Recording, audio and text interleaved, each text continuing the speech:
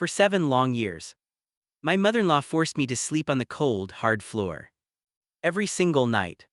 While she and her son slept comfortably on a soft king-size bed just a few steps away from me. She had a warm blanket, a soft mattress, a comfortable pillow. And I had nothing. Just a thin, dirty mat on the living room floor. She called me a burden. She called me a gold digger. She said I was nothing but a poor girl who had trapped her son into marriage. But she never imagined that one day I would leave that house, build a life she could never control, and become the woman she would eventually come begging to. 5 years after I escaped that house, on a dark and rainy night, someone knocked on my apartment door. When I opened it, I couldn't believe what I saw. It was my mother-in-law, the same woman who had made my life a living nightmare. She was standing outside in the pouring rain, soaking wet, shivering, holding a small torn bag in one hand, and crying. She looked at me and whispered, "Maya, please. I have nowhere else to go. My name is Maya. And this is the story of how the woman who once treated me like I was worthless ended up begging me for the very thing she had denied me for 7 years. A place to sleep. I got married when I was only 22 years old. I came from a simple family. We didn't have much money, but my parents had taught me something more valuable than money. They taught me to respect people, to work hard, and never judge someone by what they owned. When I met Karim, I thought I had found someone who believed the same things. Karim was quiet, soft-spoken. He didn't talk much, but whenever he smiled at me, I felt safe. He told me that after marriage, we would build our own little family. He told me I would never have to worry about being alone again. I believed him. I trusted him. And when he asked me to marry him, I said yes. I thought I was the luckiest girl in the world. But I didn't know that my biggest nightmare was waiting for me inside his family home. His mother, Mrs. Rahman. From the very first day she saw me, I knew she didn't like me. She didn't smile at our wedding. She barely looked at me. And when relatives congratulated her on gaining a daughter-in-law, she simply said, "Let's see how long she lasts." At the time I thought she was joking. I was wrong. On our wedding night, after all the guests had left, I stood inside Karim's family's house wearing my wedding dress. I was exhausted. My feet hurt. My head was spinning. All I wanted was to sleep. Mrs. Rahman walked into the living room. She looked at me. Then she pointed toward a thin mat lying on the floor. "This is where you will sleep." I thought I had misunderstood her. I laughed nervously. "I'm sorry, what?" She pointed at the mat again. "You heard me. This is your place." I looked toward Karim. I expected him to laugh and tell his mother that she was joking. Instead, he lowered his eyes. He said nothing. His mother continued, "You are the daughter-in-law. You don't deserve the bedroom." I couldn't believe what I was hearing. "But Karim is my husband." She immediately interrupted me. "My son is my son before he is your husband." Then she turned around and walked into the bedroom. Karim followed her.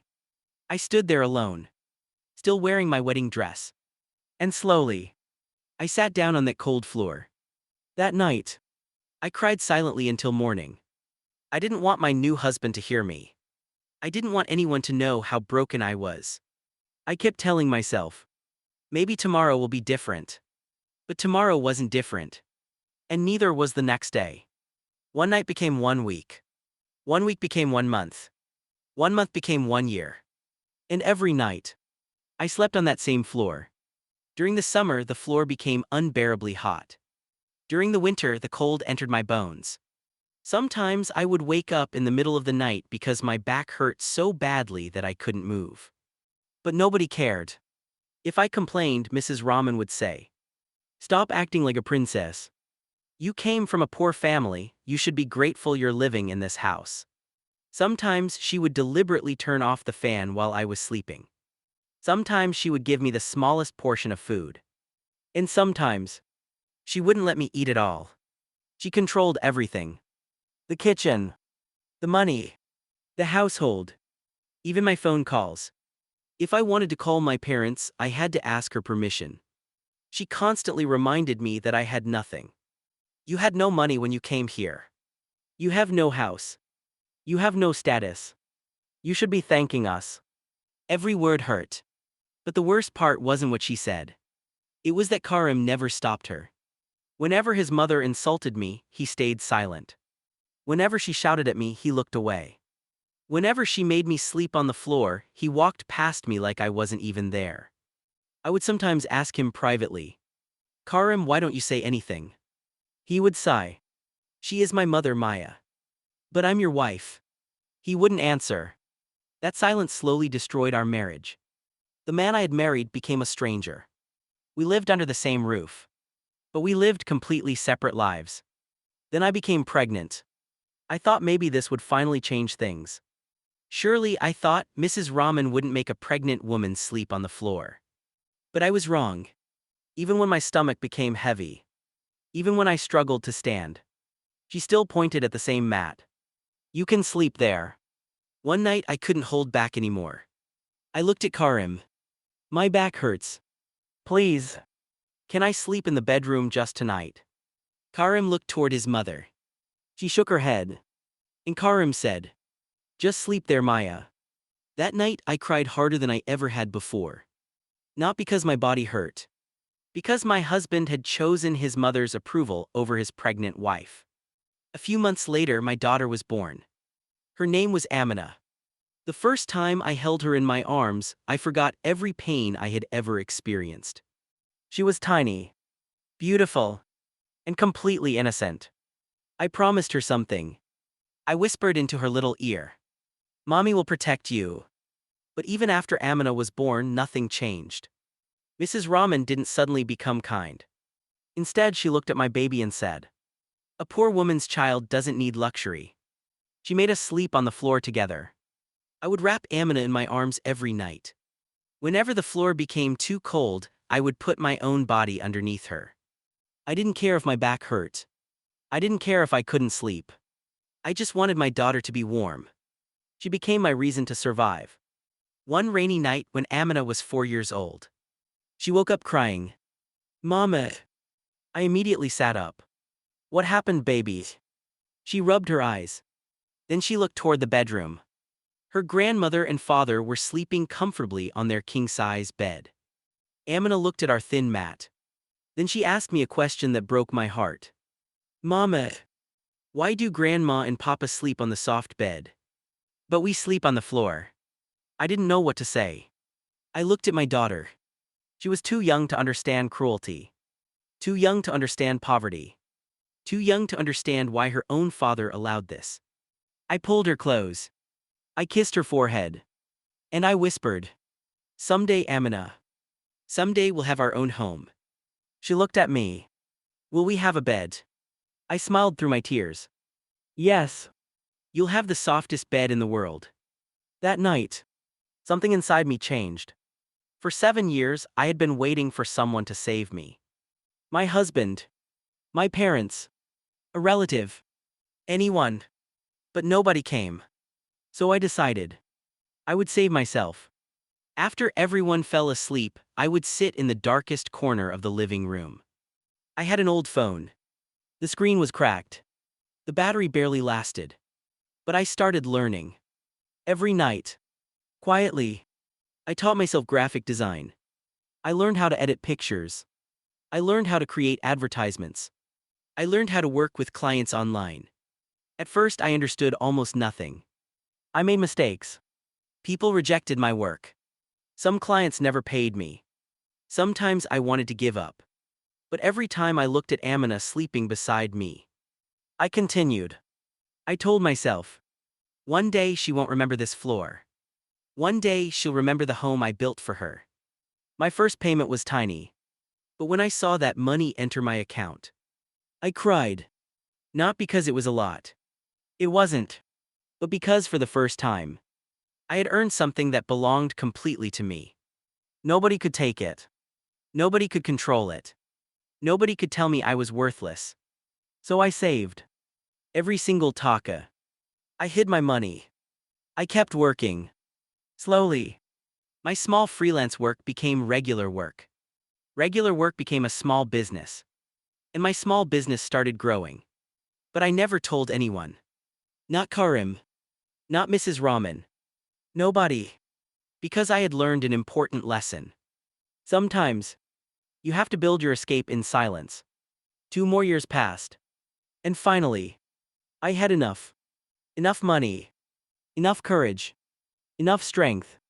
One morning I packed a small bag for myself and Amina. I looked around the living room one last time. The same floor. The same mat. The same place where I had cried on my wedding night. I picked up Amina's hand and walked toward the door. Mrs. Rahman saw me. She laughed. Where do you think you're going? I looked at her. I'm leaving. She laughed even harder. You'll be back within a month. You're useless. You don't have anything. You'll come crawling back. Karim stood behind her. He looked at me. For 1 second. I hoped he would stop me. He didn't. So I walked away. I didn't look back. Not even once. The first year after leaving was incredibly difficult. I worked day and night. Sometimes I slept only 4 or 5 hours. There were months when my business almost collapsed. There were days when I wondered if I had made a terrible mistake. But every morning I saw Amina sleeping in her own bed. A real bed. With a soft blanket. In her own little room. And I remembered my promise. So I kept going. Year after year. My business grew. I hired people. I started receiving bigger clients. I bought a beautiful apartment. Not a palace. But it was mine. Every piece of furniture inside it. I had earned. Every room represented a chapter of my struggle. And the most important room was Amina's bedroom. A soft bed. Warm blankets. A small desk. Books everywhere. She finally had the childhood she deserved. 5 years passed. Amina was older. She was happy. And I had finally learned what peace felt like. I no longer woke up afraid. Nobody controlled my food. Nobody controlled my money. Nobody told me where I was allowed to sleep. For the first time in my life, I could breathe. Then one evening, it started raining. Heavy rain. The kind that makes the whole city disappear behind a wall of water. I was sitting in my living room with Amina when I heard it. Knock. Knock. Knock. I looked at the clock. It was late. I wasn't expecting anyone. I walked toward the door. And opened it. My heart stopped. Standing outside was Mrs. Rahman. She was completely soaked. Her clothes were torn. Her hair was dripping with rain. She held a small, old bag against her chest. And behind her stood Karim. He looked completely broken. I stared at them. Neither of them spoke. Finally Mrs. Rahman whispered. Maya. Her voice was nothing like the voice I remembered. It was weak. Shaking. Almost frightened. We have nowhere to go. I didn't say anything. She continued. The company collapsed. We lost the house. We lost everything. Karim lowered his head. Then Mrs. Rahman looked directly into my eyes. Please. Just for a few days. Can we stay here? For a moment. I remembered everything. The wedding night. The cold floor. My pregnancy. My crying baby. The hunger. The insults. The 7 years. And then I looked at the woman standing in front of me. She wasn't the powerful woman I remembered. She was old. Tired. Scared. And completely helpless. I took a deep breath. Then I smiled. Of course you can stay. Karim looked surprised. Mrs. Rahman almost cried with relief. But then I continued. There is only one condition. Her smile disappeared. I pointed toward the living room. Toward the floor. The exact same spot where I had slept for 7 years. You will sleep there. Her face went completely white. I continued calmly. Every night. No mattress. No soft blanket. Just the floor. Just like I did. She stared at me. Then she started crying. Maya. Please. I am an old woman. Please don't do this. She walked toward me. Then suddenly, she fell to her knees. She grabbed my feet. Please forgive me. I was wrong. I was cruel. Please. I gently pulled my feet away. I looked down at her and said, for 7 years, you never once asked whether I was cold. You never once asked whether I was hungry. You never once cared when Amina cried. You never once cared when I was pregnant. You never once felt sorry for me. She covered her face. She was crying uncontrollably. Then I said the words she had once said to me. You should be grateful. Her eyes widened. I continued. Because I'm giving you exactly what you gave me. A place to stay. Nothing more. That night, I walked into my bedroom. Amina was already sleeping peacefully. I pulled the blanket over her. Then I looked at my own bed. A soft mattress.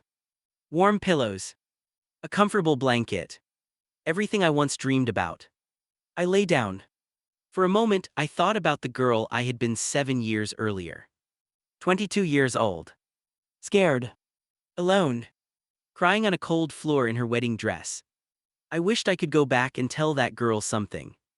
I would tell her, you are not worthless. You are not a burden. You are not weak. And one day, you will save yourself. I closed my eyes. And for the first time in many years, I slept peacefully. Meanwhile, in the living room, Mrs. Rahman lay on the same cold floor.